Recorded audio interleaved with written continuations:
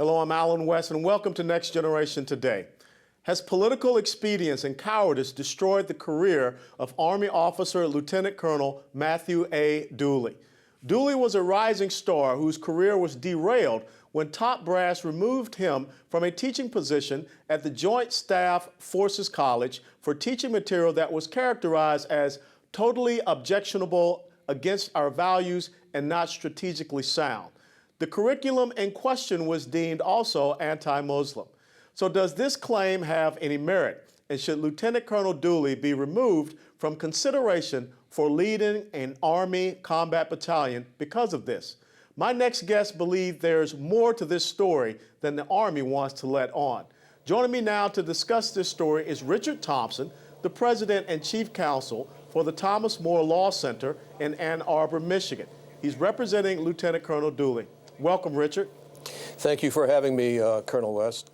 You got it. Now, in the spirit of full disclosure, let me first let viewers know that I am on the advisory board of the Thomas More Law Center. Now that that's out of the way, let's get to talking about this case.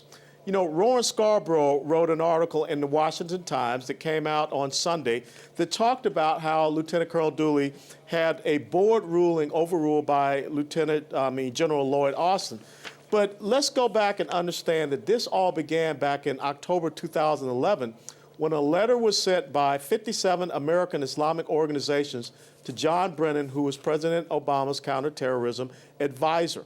And what they wanted to do, they wanted to go against anyone that, quote unquote, had material that was anti-Islamic, offensive, and they wanted people to be reprimanded. So tell us about this course, Perspective on Islam and Islamic Radicalism, and also the presentation that Lieutenant Colonel Dooley taught, which I believe was called a counter-jihad design model, and why you think it was deemed offensive.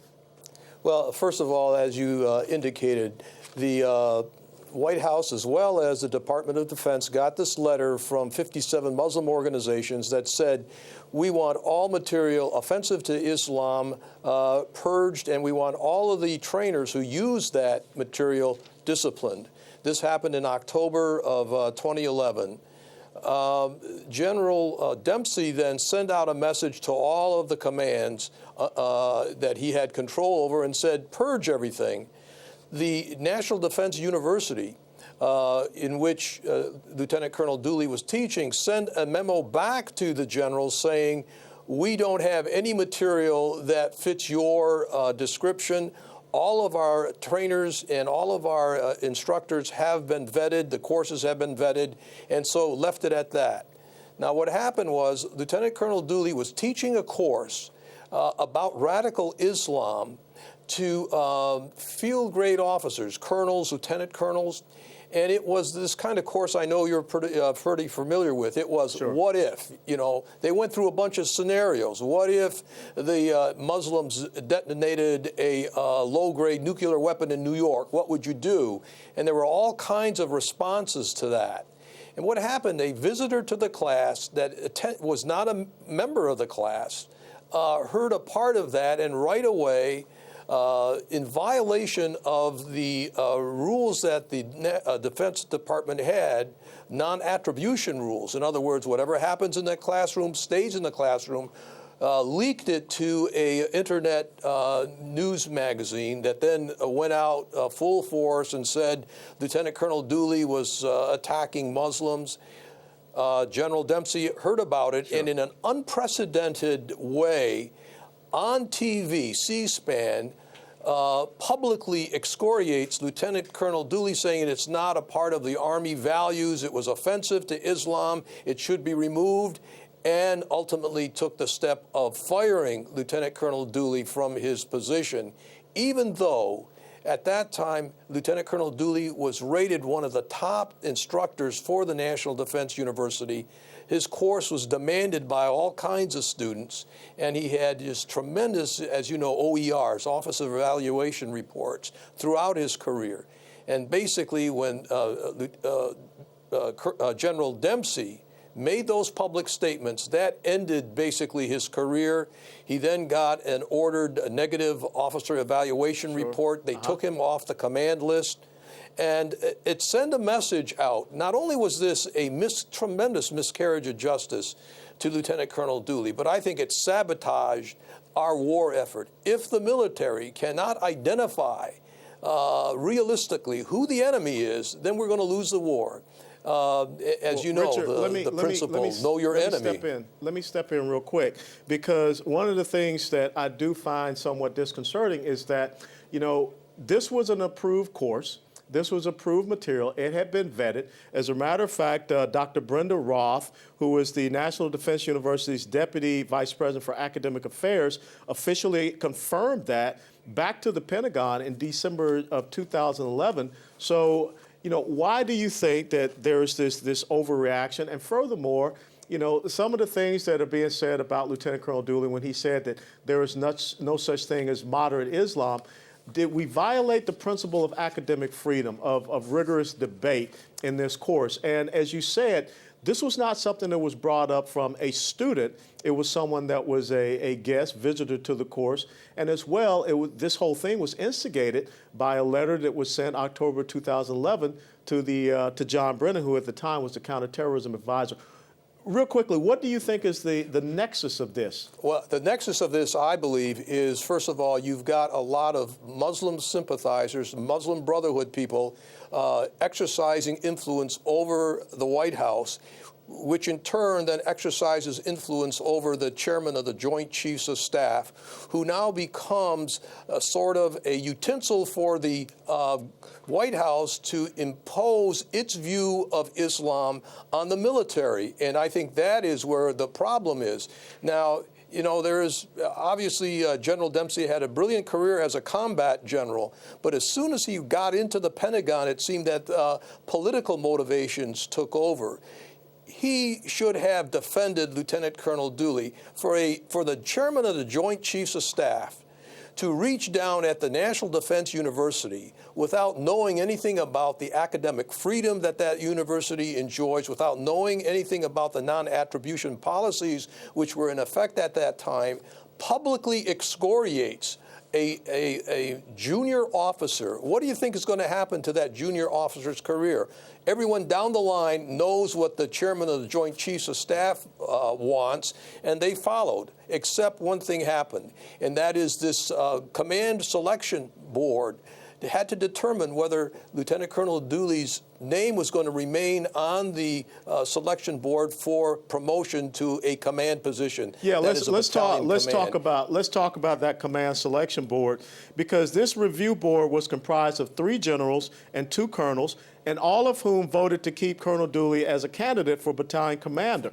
However, it seems that was overruled by General Lloyd Austin III, who at the time was the Army's Vice Chief of Staff and now the Chief at United States Central Command. So again, why would it be that we have these established processes and procedures? And I was in the Army for 22 years, so I understand that. This review board makes a decision, and then you have someone out of the Pentagon overruling the review board. So, you know, what message does that send to the review board even? Right. This review board takes an oath that they are not going to be influenced on by anybody. And they said, we reviewed the derogatory information that was provided by the Pentagon against Lieutenant Colonel Dooley. We do not think that harms in any way his potential to be in command position, to have a battalion. That's what their decision was.